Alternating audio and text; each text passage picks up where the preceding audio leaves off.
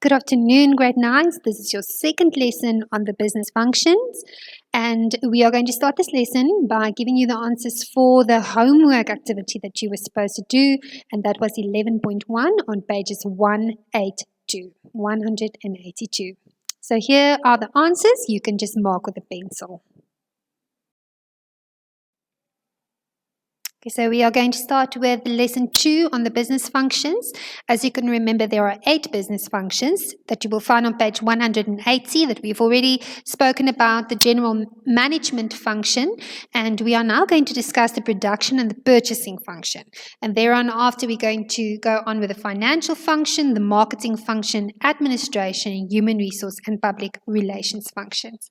So the previous lesson was on the general management function, and now we are going to do the production function and the purchasing function. And that work you will find on page 184 to page 186 in your textbook. So let us start. Okay, the production function. Now, the production function involves all the decisions and tasks related to the making of a product.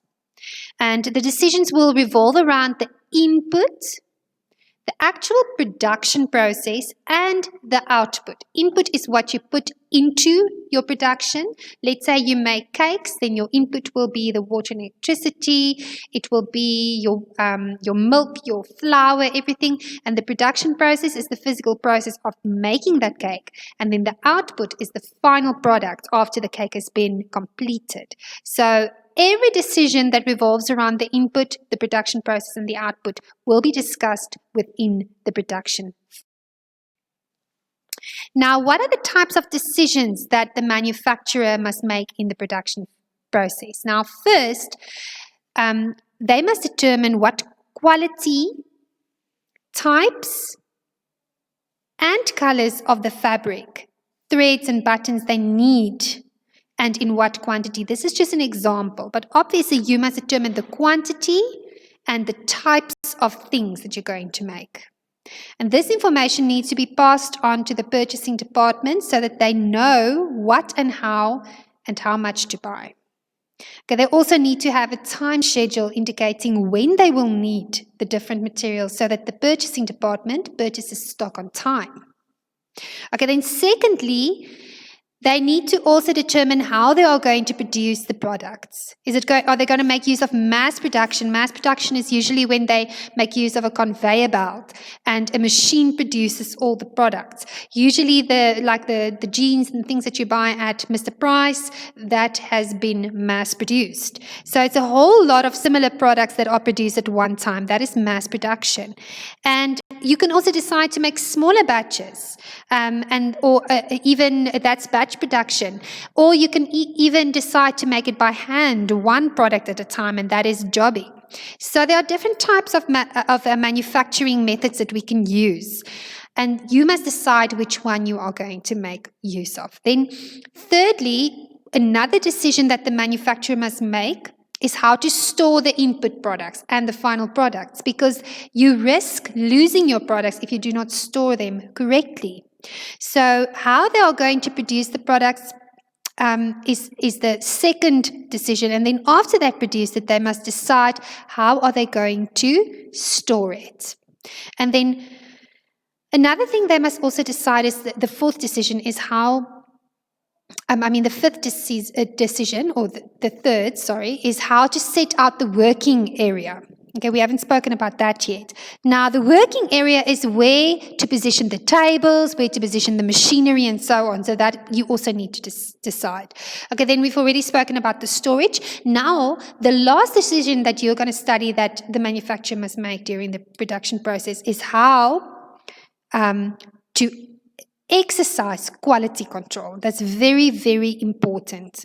And they must exercise quality control over both the materials coming in and the final products going out. And that is really important, that there's quality control constantly being exercised over your materials. Now we're going to look at the role and importance of the production function. The role of the function is crucial, as the production function in any business ensures that quality products are delivered. And the quality of the products will influence the customer demand for the product. So the timing of the production is very important. And as the products need to get out to the customers on time, otherwise you will get a bad name and a bad reputation. So firstly, the role and importance of production function is to ensure that quality products are delivered. Secondly, they must ensure that the products get to the customers on time. Now, what type of risks can you get in the production function that can make the production function fail? Now, the success of the production function is at risk if, firstly, the demand for the product increase or decrease. Okay, now, the business will either not be able to supply enough stock if the demand increases, or they will not be able to sell the stock if the demand decreases. So if people don't want the product anymore, you're going to sit with old products that you need to get rid of. But if the people want more products and you haven't produced enough, then obviously then you won't have enough stock, and that will also frustrate the consumers or the customers. Secondly, costs must be carefully controlled, as money can be wasted if there is not good stock control measures. Again, then lastly, unforeseen circumstances like power cuts. You know that we are facing that a lot in our country, the load shedding, and that can cause products not to be produced in time. Another unforeseen circumstance that can also have an impact on your production function is the COVID, because a lot of people had to stay home for quite a while and they couldn't produce anymore. So then you have stock shortages by the time that the lockdown has been lifted. Okay, we are now going to look at the purchasing function. Now, the purchasing function is responsible for buying everything that the business needs. Okay, so they buy from stationery and input materials to equipment and machinery. So they don't just buy what is needed to produce goods, but they're also responsible for buying the things that the business needs to use. And members of the purchasing department of a business often have the opportunity to travel around the world, sourcing the best products at the best price, which is very exciting. They also need to attend trade fairs and fashion shows to see what new products are available. Now, what is the role and responsibility on the importance of the purchasing function? We're going to look at that now. The role and importance of the purchasing function.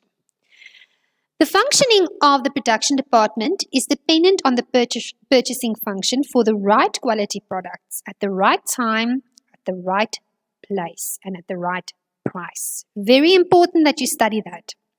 And then in order to do so, this department needs to work closely with the production and administration departments to find out exactly what products they need and by when. They also need to work closely with the financial management to ensure that they stay within the budget. What are the risks that can be dealt with in this department or this function? The success of the purchasing function is at risk of the following things. They may not be able to source the correct inputs of the right quality, which will result in bad products or inferior products. Time delays arising from problems with, for example, transport could seriously hamper the ability to deliver products. And price must be managed at all times, as the profit is influenced if purchasing prices fluctuate. So you must constantly try to find the most cost-effective way of buying things and sourcing things. Otherwise, the profit will be influenced at the end of the day. Now we're going to look at the financial function. Now, it's the management and control of money in the business. So there are 5 parts to this function. And this is really important that you study this, because they will ask this in the exam.